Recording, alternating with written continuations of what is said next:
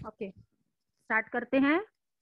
ठीक है, पाठ क्रमांक 11 कोक जाया। जो आधा पाठ हमारा बचा है आज हम उसका अध्ययन करेंगे।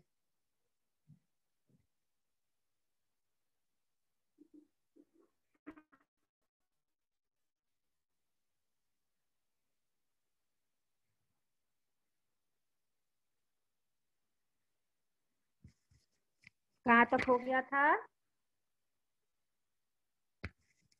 दिलीप ने लंदन जाने के पूर्व अपनी सारी तैयारी सब कर ली थी।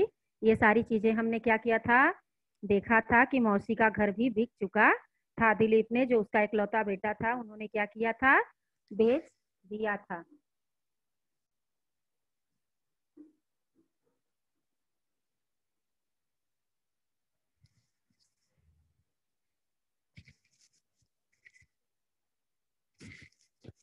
ओके, दिलीप ने लंदन यात्रा से पूर्व घर की लिखा पढ़ी समाप्त कर ली थी।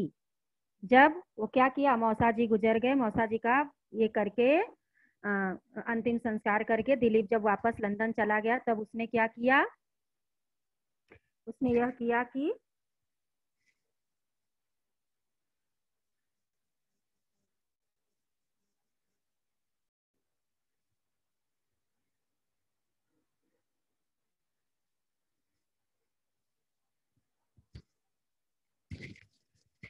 ओके, तब जब वो गांव आया तो उसका बहुत सारा रवैया बदला हुआ था। इंसान का जब क्या होता है, थोड़ा कुछ उसे कुछ छुपाना रहता है या फिर कोई अपना स्वार्थ निकालना रहता है या उसे कोई कार्य करवाना रहता है, तो क्या होता है, कभी भी देखो उसके चेहरे का रंग हमेशा बदला हुआ दिखाई देता है। तो दिलीप के चेहरे का भी क्या था, रंग ढंग दिलीप का बदल गया था। क्यों? क्योंकि माँ गांव में अकेली थी, इतना बड़ा प्रॉपर्टी था, घर था, बंगला था, उसको क्या करना था, उसे सब बेच बाच के कहाँ जाना था, विदेश जाना था, लंदन जाना था। और वो किसी न किसी बहाने से क्या करता, कागज पत्तर पे हमेशा मौसी के साइन ले लेता था। अब अपने बेटे पर अगर कोई संदेह करे तो ये कोई कारण होता है क्या? कोई बेटे पर तो संदेह करेगा नहीं। वो हर चीज से क्या की, साइन करती चली गई। भला अपने बेटे पर संदेह करने का कोई कारण भी तो नहीं था।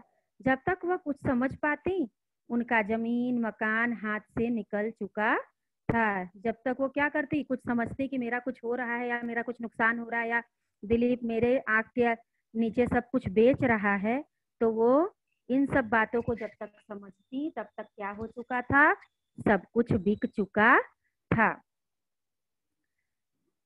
मौसी को जब इसका पता चला तो उसने एक बार विरोध किया, परंतु दिलीप ने यह कहकर चुप करा दिया, जब तुम मेरे साथ लंदन में रहोगी तो फिर यहाँ इतनी बड़ी संपत्ति रखने का कोई औचित्य नहीं है, कोई कारण नहीं है। जब तुम मेरे साथ चलोगी, क्योंकि अब यहाँ देखभाल तुम्हारा करने वाला कोई भी नहीं है, तो अब तुम कहाँ रहोगी, अब तुम मेरे साथ ही लंदन में रहोगी, हमारे परिवार के साथ। तब यहाँ की संपत्ति क्या करते हैं, रहने का रखने का कुछ भी मतलब नहीं था। क्यों? क्योंकि दिलीप के मन में यह था कि एक बार माँ को लेकर जाऊंगा तो फिर वापस यहाँ आकर क्या मतलब है। वैसे भी वो लंदन रहता था तो बहुत बहुत टाइम के बाद आता था। अब मौसी की देखभाल करने वाला कोई नहीं था, तो समाज के डर से या लोक लज्जा से वो क्या कर रहा था, माँ को लंदन लेकर जा रहा था और सारी चीजें, मकान, सारी संपत्ति जो भी था, उसको उसने औने पौने यानी मतलब जितना जिसने कहा उतने दामों में उसने बेच दिया। दिलीप ने लंदन यात्रा से पूर्व घर की लिखा पढ़ी समाप्त कर ली। घर की सारी संपत्ति औने पौने दामों में बेच डाली। घर में जितना कुछ था, सारा संपत्ति सामान सब उसने बेच दिया।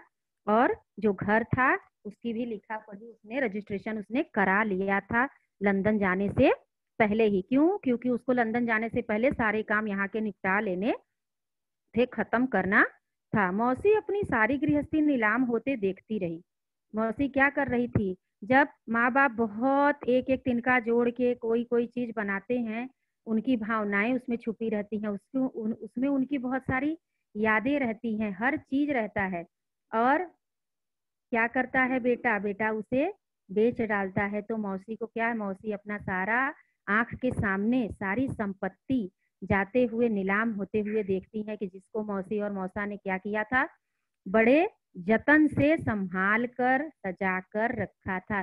गृहस्थी बनाने में बहुत टाइम लग जाता है। घर बनाना, गृहस्थी बनाना, सामान लाना, सामान खरीदना, देखना, रखना, ये सारी चीजें बहुत बहुत टाइम लग जाते हैं, बहुत समय लगता है एक सुसज्जित सुव्यवस्थित गृहस्थी बनाने को। लेकिन उसी गृहस्थी को मौसी क्या कर रही थी, जिसको इतने अपने हाथों से सजा कर संवार कर रखा था, मौसा के जाते ही वो क्या हुआ, सारी संपत्ति तितर बितर होकर बेटे ने ही नीलाम कर दिया। दूसरा कोई होता तो एक बार इंसान क्या करता, बर्दाश्त करता, लेकिन अपना खुद का बेटा ही क्या कर रहा था, सारी संपत्ति को बेच रहा था, नीलाम कर रहा था, और मौसी अपनी आंखों उसे देख रही थी। लेकिन मौसी भी क्या करती, उनके आंखों में आंसू पोंछने का समय किसी के पास नहीं था। एक तो उनका पति गुजर गया था, उनको दुख के समय में कोई सांत्वना दे ऐसा कोई भी नहीं था। बेटा क्या कर रहा था, अपने सारे काम, उसको पिता के जाने का कोई दुख नहीं था, माँ के दुख का कोई दुख नहीं था। उसने क्या किया, उसने सिर्फ एक ही कार्य किया, यहाँ से सारी चीजें समेटो और दूसरी जगह जाकर अपनी गृहस्थी बसाओ। लेकिन मौसी के दर्द का, अपनी माँ की दर्द का, अपनी माँ की तकलीफ का उसे कुछ भी फर्क नहीं था। आज के जमाने में या फिर कहीं कभी भी माँ बाप के लिए अगर बच्चे ऐसा कार्य करें तो माँ बाप को बहुत तकलीफ होती है। इंसान कहता है ना, जो किसी से नहीं हारता है वो किससे हारता है, वह अपनों से हार जाता है। तो मौसी का यही चीज था। अब मौसी सिर्फ देख रही थी और दुखी थी। उनके दुख का तो कोई पारावार था नहीं, लेकिन उस दुख में भागीदार कोई भी नहीं था। वो तो रुपए सहेजने में व्यस्त थे। उनका परिवार, बेटे और बहू क्या थे, सारे रुपए सहेज रहे थे, और ये नहीं जानते थे कि इसको तिनका तिनका करके, इसको इतनी मेहनत करके जुटाया किसने, जिसको आज मैं बेच बाच के इतनी संपत्ति इकट्ठा कर रहा हूँ। उसे लंदन में अपना घर खरीदने में आसानी हो जाने की प्रसन्नता थी। बेटे को क्या थी, उनको ऐसा लग रहा था कि बाप का मरना दिलीप के लिए क्या था, लॉटरी निकलने के समान जैसा लग रहा था, जैसे कोई बहुत बड़ी लॉटरी लगी हुई हो। बाप जिंदा था तब तक तो उसने कोई संपत्ति बेची नहीं, क्योंकि उसका अधिकार था नहीं। जब अधिकार हो गया तो उसे बड़ी प्रसन्नता हुई, खुश हो गया। इसलिए कि अब यहाँ की सारी संपत्ति बेचूंगा और लंदन में जाके आसानी से घर ले सकता हूँ। ये कोई पर्याय था, ऐसा पर्याय ढूंढना नहीं चाहिए। अपनों से अपने की तकलीफ को बांटना चाहिए। लेकिन अब बच्चा जब माँ बाप के ही तकलीफ को ना बांटे तो इंसान क्या करे। अपने प्रोजेक्ट पर काम करता रहा और मौसी पल पल उजड़ती रही। वह क्या कर रहा था, अपने प्रोजेक्ट मतलब अपने मन को सांत्वना, अपने मन क्या काम कर रहा था, हर एक चीज देख रहा था, हर एक चीज कर रहा था, सारा चीज बेचे जा रहा था, खुश था, प्रसन्न था। लेकिन मौसी क्या कर रही थी, पल पल उजड़ रही थी। मतलब उनका हर एक बनाया हुआ, संवारा हुआ एक एक चीज क्या हो रहा था, चला जा रहा था, जिसे मौसी पल पल उजड़ रही थी, पल पल उनके मन में तकलीफ हो रहा था। फिर लंदन यात्रा की तिथि भी आ गई। अब लंदन यात्रा का डेट भी आ गया। अब वो लोग लंदन जाने की तैयारी में लग गए। सभी लोग 2 टैक्सियों में एयरपोर्ट पहुंचे। 2 टैक्सी किया, एयरपोर्ट पहुंचे। अंदर जाने के बाद मौसी को एक कुर्सी पर बिठाते हुए दिलीप ने कहा, तुम यहीं बैठो। अब अंदर गए, मौसी को एक कुर्सी पर दिलीप ने क्या किया, अच्छे से बिठा दिया और बोला कि तुम यहीं बैठ जाओ।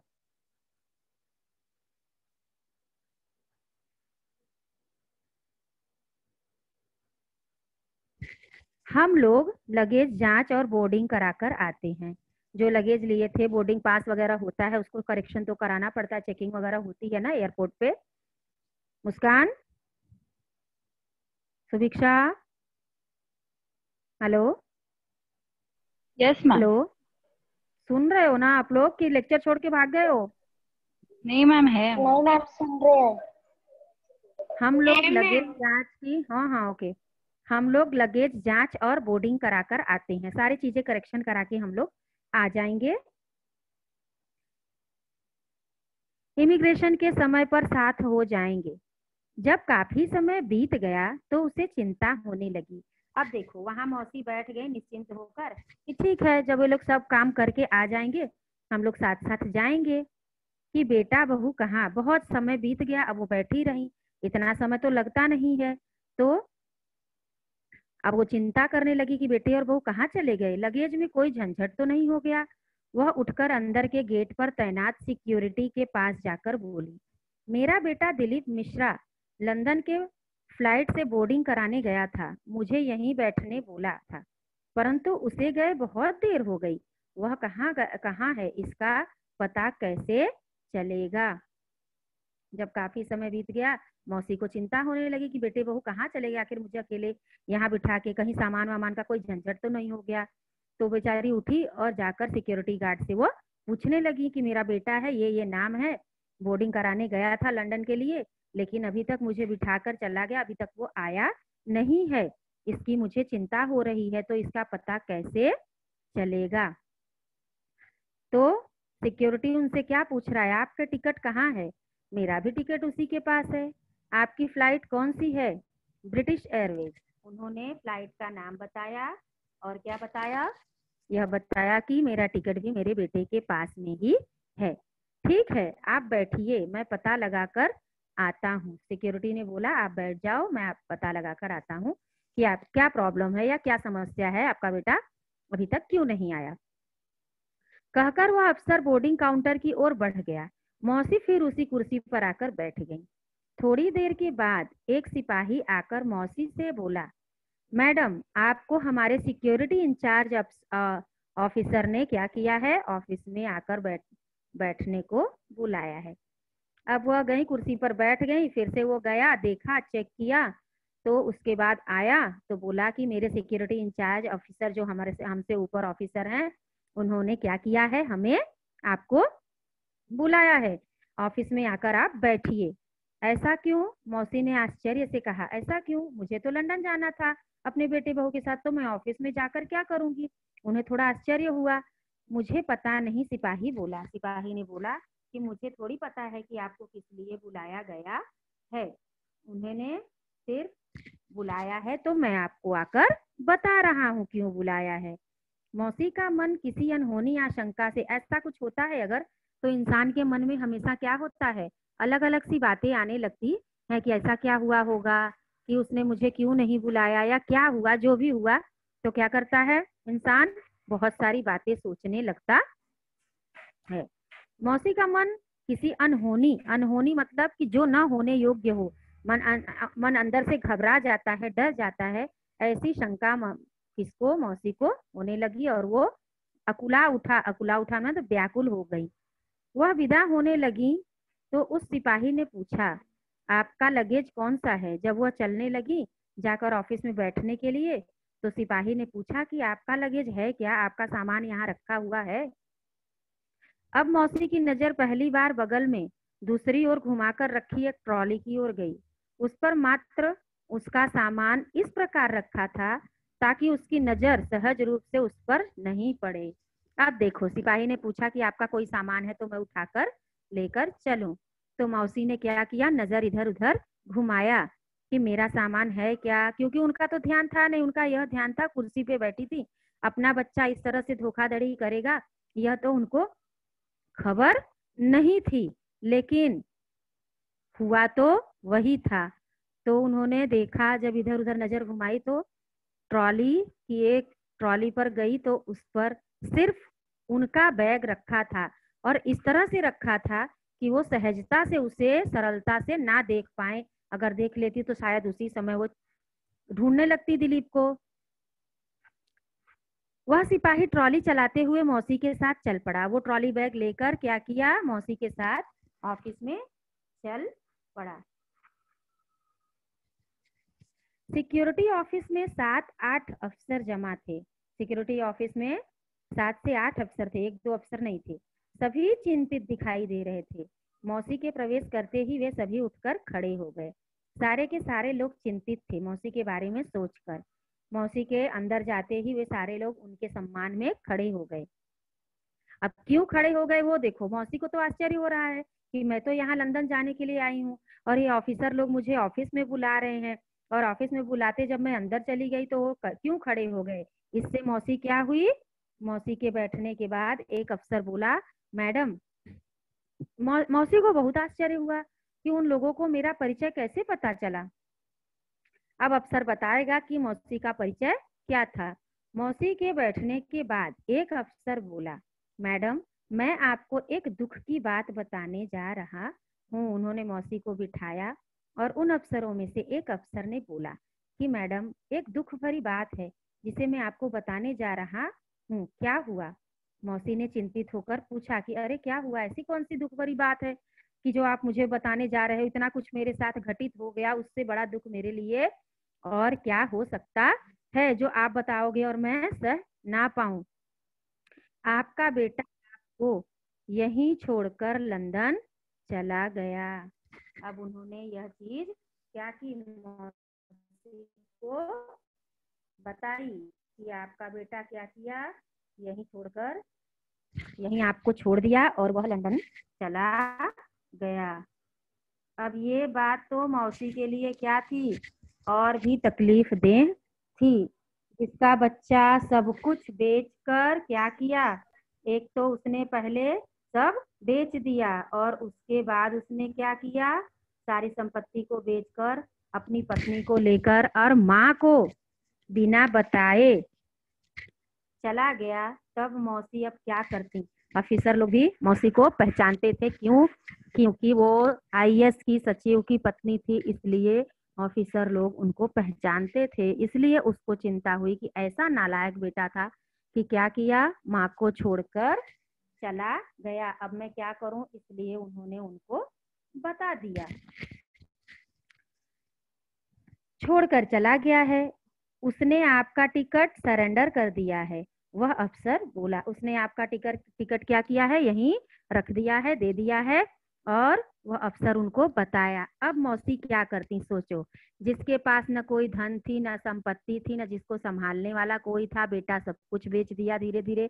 और बिकते हुए मौसी ने देखा, एक मन में आस थी, एक मन में संतोष था कि चलो ठीक है, यहाँ से जो बेच दिया, बाकी की जो जिंदगी है वो बच्चे के साथ क्या होगी, ऐसे तैसे करके कट जाएगी। लेकिन अब उन बेटे ने क्या किया, बेटे ने इतना बड़ा मौसी को जिंदगी भर का कभी न सहन होने वाला तकलीफ देकर चला गया। और पता किससे चला, दूसरों से चला, उस अफसर से चला कि उसका बेटा क्या किया, यहाँ की सारी संपत्ति बेचकर माँ को अकेला छोड़कर लंदन वो चोरी से चला गया। इसका क्या अर्थ हुआ, मौसी ने आत्मविश्वास और आश्चर्य से पूछा। अभी भी मौसी को विश्वास नहीं था कि मेरा बेटा मुझे छोड़कर चला जाएगा। उन्होंने अफसरों से क्या किया, पूछा, अरे इसका क्या अर्थ है, नहीं ऐसा नहीं हो सकता है। मैम, आपके बेटे ने आपके साथ धोखा किया है, वह आपको यहीं बैठा छोड़कर लंदन चला गया। अब अफसर ने फिर से बताया कि आपके साथ धोखा हो गया, आपका बेटा क्या किया, आपको यहीं बिठाया और वह खुद निकल गया, आपको लेकर नहीं गया। लंदन के लिए ब्रिटिश एयरवेज की फ्लाइट को उड़े आधा घंटा हो चुका है। अब उन्होंने बताया कि जिस फ्लाइट से आप जाने वाली थी, आपका परिवार जाने वाला था, आपके बेटे बहू जाने वाले थे, आप साथ साथ जाने वाले थे, उसको उड़े आधा घंटा हो गया, बेटे बहू निकल चुके हैं और आपको यहीं छोड़ दिए। आज अब और कोई फ्लाइट नहीं है, आज अब कोई फ्लाइट नहीं है जिससे आप जा सकती हो। आपका टिकट भी सरेंडर हो चुका है, उसको वापस कर दिया गया है। यह अफसर ने स्पष्ट करते हुए उनको स्पष्ट रूप से बता दिया कि आप इस पर विश्वास करो कि आपका बेटा आपके साथ धोखा किया और वह छोड़कर लंदन चला गया है, आप यहाँ अकेली हो और उसने आपका टिकट भी यहाँ वापस कर दिया है। अपने ही बेटे से ऐसा उम्मीद मौसी कर सकती थी? नहीं, कोई भी माँ अपने बच्चे से ऐसा उम्मीद नहीं कर सकती। लेकिन अब बेटे के मन में क्या चल रहा था, यह माँ तो जानती नहीं थी। तो ऐसा कैसे होगा, अब माँ क्या कर रही है, सोच रही है ऐसा कैसे होगा, ऐसा करने की उसे क्या जरूरत है। अब ये सोच रही हैं कि ऐसा कैसे हो गया। अब एक माँ है, माँ के मन के अंदर की बात कोई भी जानता नहीं है। क्यों नहीं जानता है? इसलिए नहीं जानता है कि माँ माँ होती है।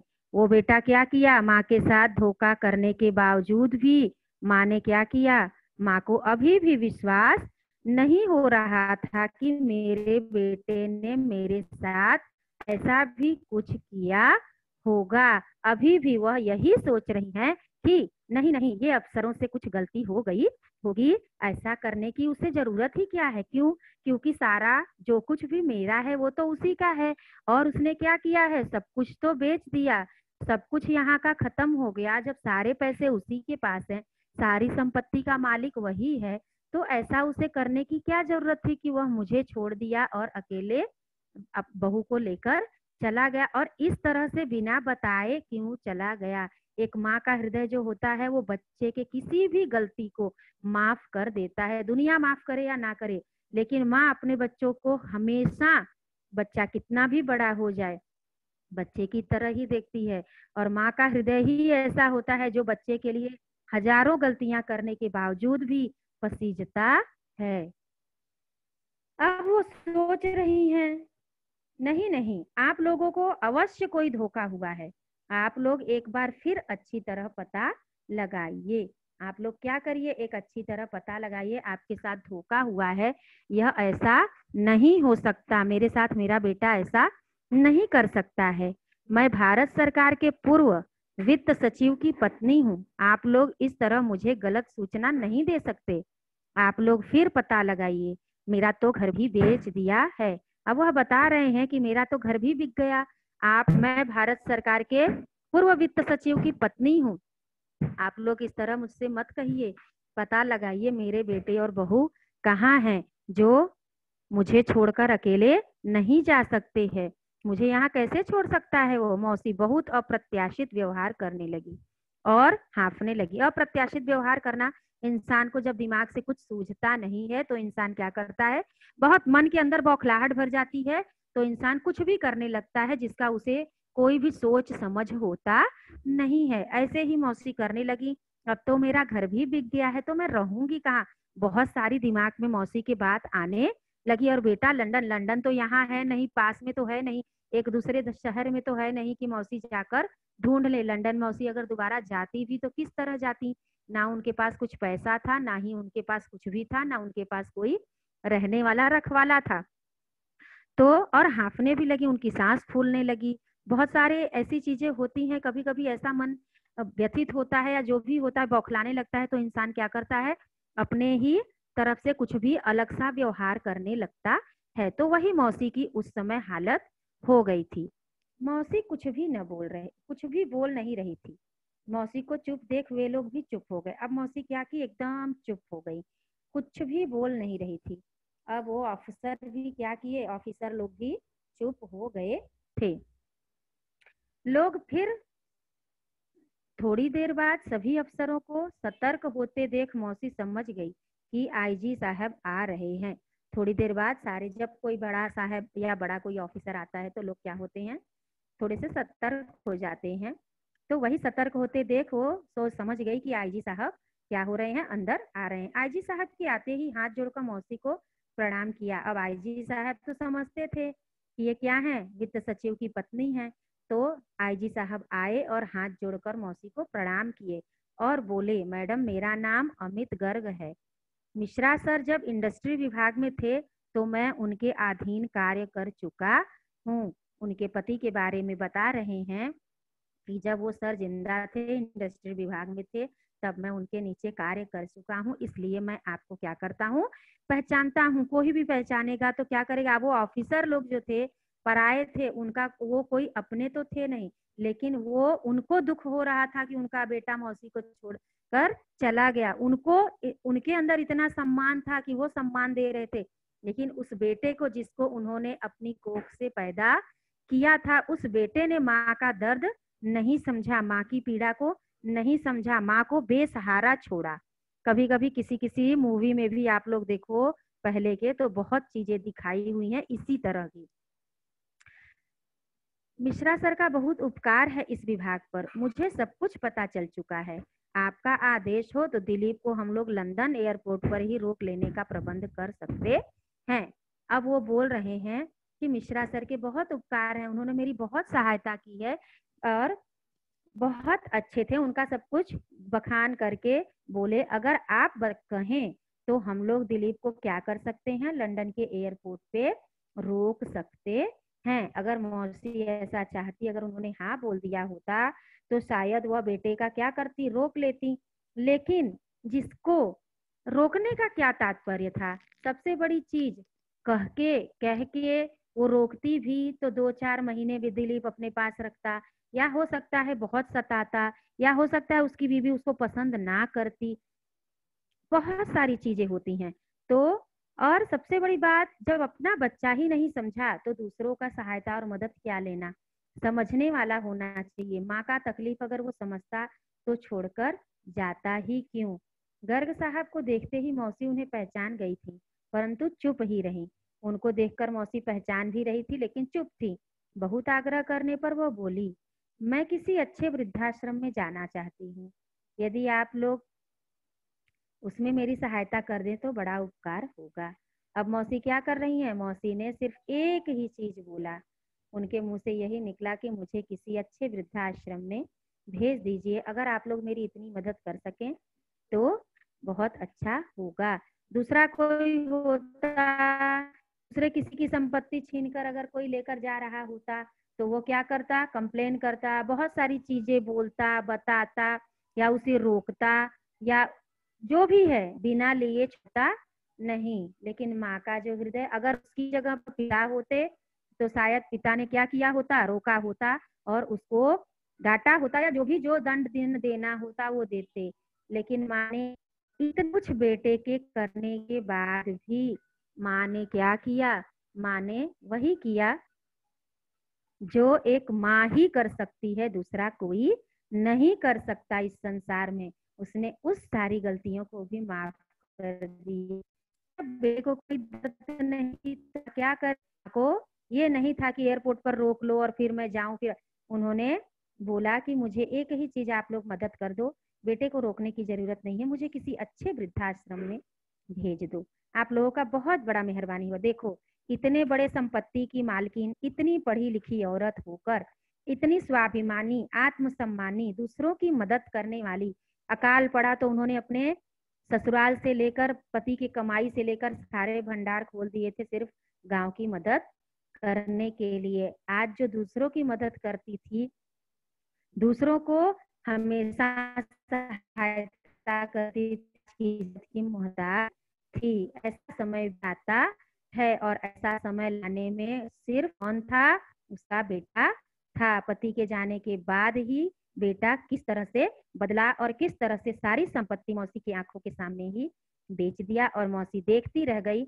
और अंत में उसे छोड़कर चला गया। फिर भी माँ ने उसे माफ किया, और माँ को क्या थी, आज माँ दूसरे के सहायता की मोहताज बन गई। गर्ग साहब ने अपने वचन का पालन किया।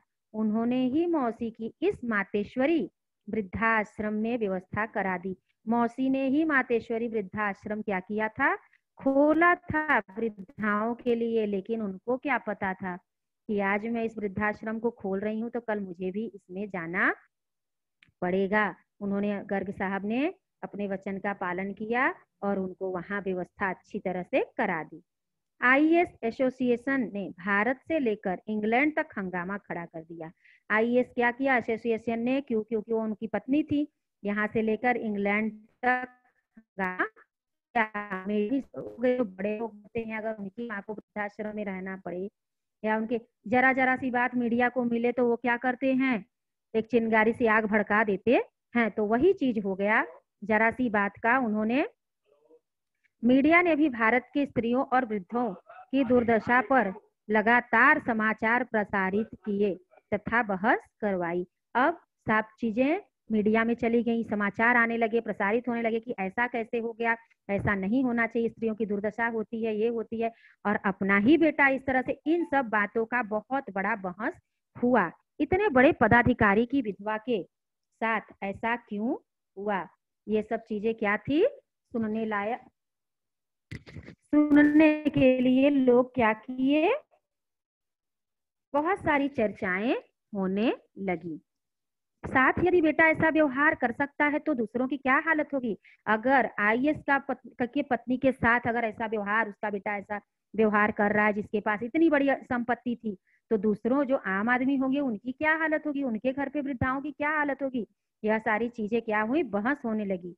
घर का खरीदार घर वापस करने और दिलीप का सारा मूल्य वापस करने को तैयार हो गया। अब घर का जो घर खरीद लिया था उसने क्या किया, ये सारी चीजें सुनकर उसने क्या किया, पैसे दिलीप को तैयार हो गया कि नहीं बाबा मैं इनका घर नहीं लूंगा। अंततः अंत में क्या हुआ, कुछ भी न हो, कुछ भी हो नहीं सका, क्योंकि मौसी कुछ करने को तैयार नहीं हुई। मौसी को ये सब चीजें जब एक बार बच्चे ने बेच ही दिया, उसके मन में कुछ भी तकलीफ नहीं हुआ, तो मौसी ये सब करने को तैयार, घर लेने को, संपत्ति लेने को तैयार नहीं हुई। दिलीप और उसके परिवार का मुंह देखने के लिए मौसी कदापि तैयार नहीं हुई। अब मौसी क्या हुई, वृद्धाश्रम चली गई। बेटे बहू का मुंह तक भी उन्होंने देखा नहीं और न देखने के लिए तैयार हुआ। बहुत छटपटाया, बहुत गिड़गिड़ाया। मौसी टस से मस नहीं। दिलीप बेटा क्या हुआ, लंदन से आया, बहुत छटपटाया। इतना कुछ हो जाने के बाद, मीडिया में बात चले जाने के बाद, इतनी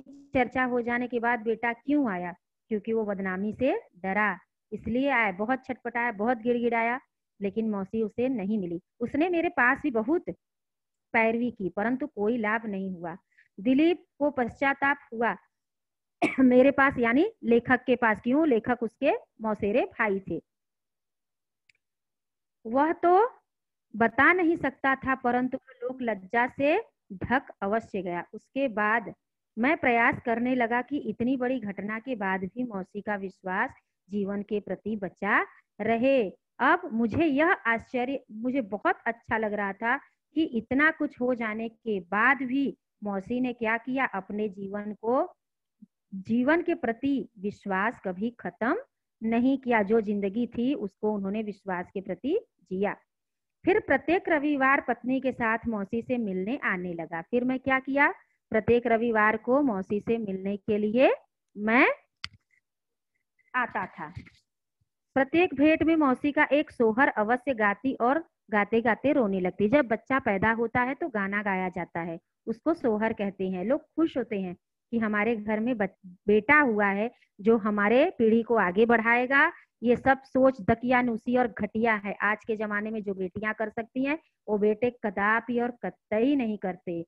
इसलिए लोगों को यह मन में सोच रखना ही नहीं चाहिए कि बेटा ऐसा करेगा और बेटी ऐसा नहीं करेगी। इसलिए बेटे के जन्म से अच्छा है दो बेटियां हो जाएं। अगर उनके पास बेटी होती मौसी के पास, तो शायद उनका दर्द और पीड़ा समझ सकती। ललना रे एही ले होरिला जन्म ले वंश के तारले। ललना रे नारी जन्म कृतार्थ बाझिन पद छूटल रे। ललना रे सासू मोर उठले नचैते गईते ननदी गईते रे। ललना रे कौन महाव्रत ठानल पुत्र हम पावल रे। इसके कहने का इस सोहर के इस गाने का तात्पर्य यह है कि मेरे घर पे एक बेटा हुआ है और उस बेटे ने हमारे वंश को तारा है और मेरे को पूरा किया है, मातृत्व को पूरा किया है। और मेरे जिसको बच्चा नहीं होता उसको क्या करते हैं,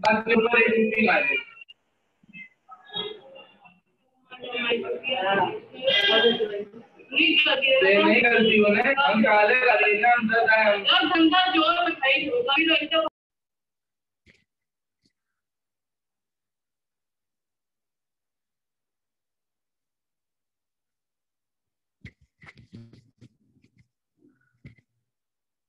ठीक है। उसमें तो जब बच्चे नहीं होते तो लोग बाज बाज बोलते हैं। वो पद मेरा छूट गया, लोग मुझे बाज नहीं कहेंगे क्योंकि मेरे घर पे मुझे भगवान ने बेटा दिया।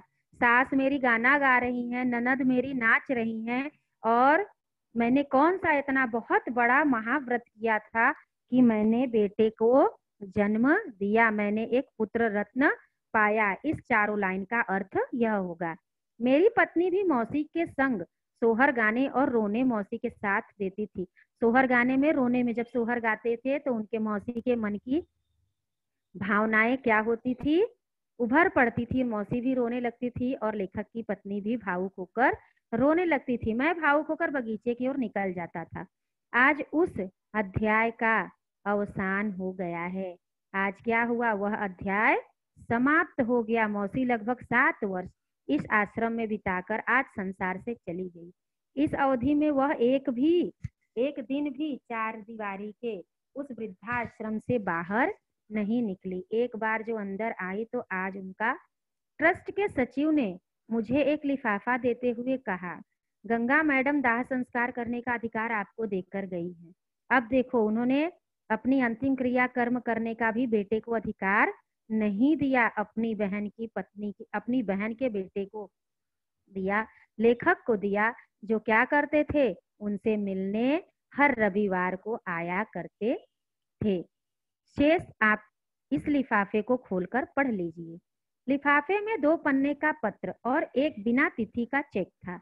वह चेक मेरे नाम था, जो अपने श्राद्ध खर्च के लिए उसने दिया था। अब देखो, उन्होंने अपने श्राद्ध का खर्च भी किसको दिया था, उनको दे दिया था। और 2 पन्नों का एक बड़ा लेटर लिखा हुआ था और एक बिना डेट का, तिथि यानी डेट का चेक था, जो उन्होंने अपने मरने के बाद जो क्रियाकर्म होता है उसके लिए रखा था। वृद्धाश्रम में बहुत सारे कार्य होते होंगे, हो सकता है, तो उसके चक्कर में जो पैसे उन्होंने कमाए थे उसको उन्होंने क्या किया, उसको उन्होंने अपने खर्च के लिए रखा था। और वह किसको दिया था, अपने बहन के बेटे को यानी लेखक को।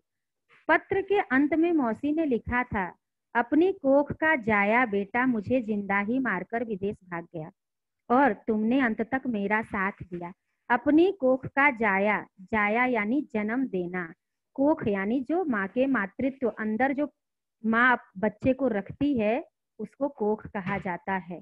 तो अपने ही कोख का जन्मा बेटा मुझे जिंदा ही मारकर विदेश चला गया और मुझे बिना बताए चला गया। तुमने तो अंत तक मेरा साथ दिया बेटा। तुम्हें देखकर सदा मेरा विश्वास जीवित रहा कि सभी संतानें एक जैसी नहीं होती। तुम्हें ही देखकर जीती रही हूँ और जीवन के प्रति विश्वास भी जिंदा रहा कि सभी संतानें एक जैसी नहीं होती हैं, सबका स्वभाव एक जैसा नहीं होता है। इस विश्वास के सहारे इस संसार से जा रही हूँ कि जब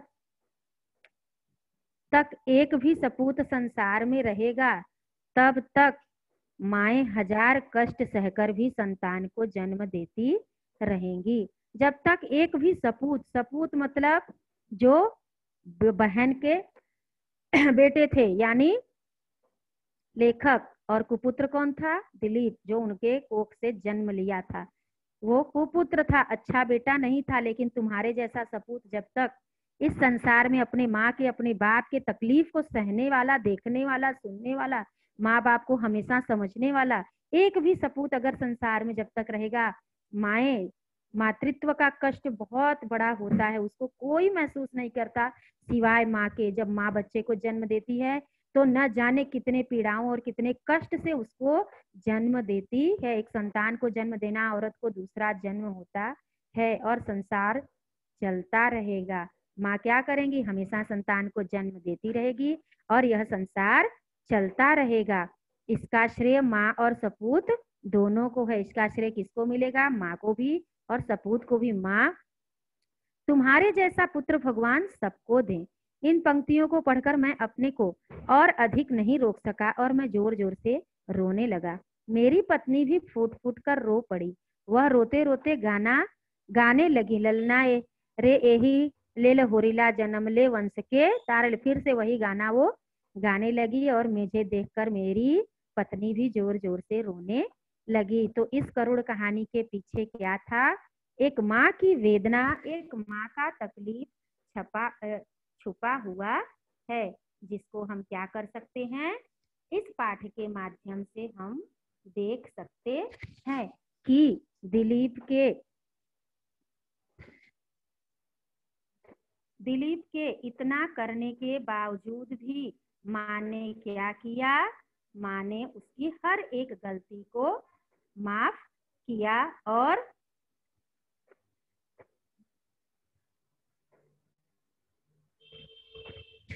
माफ कर दिया और उन्होंने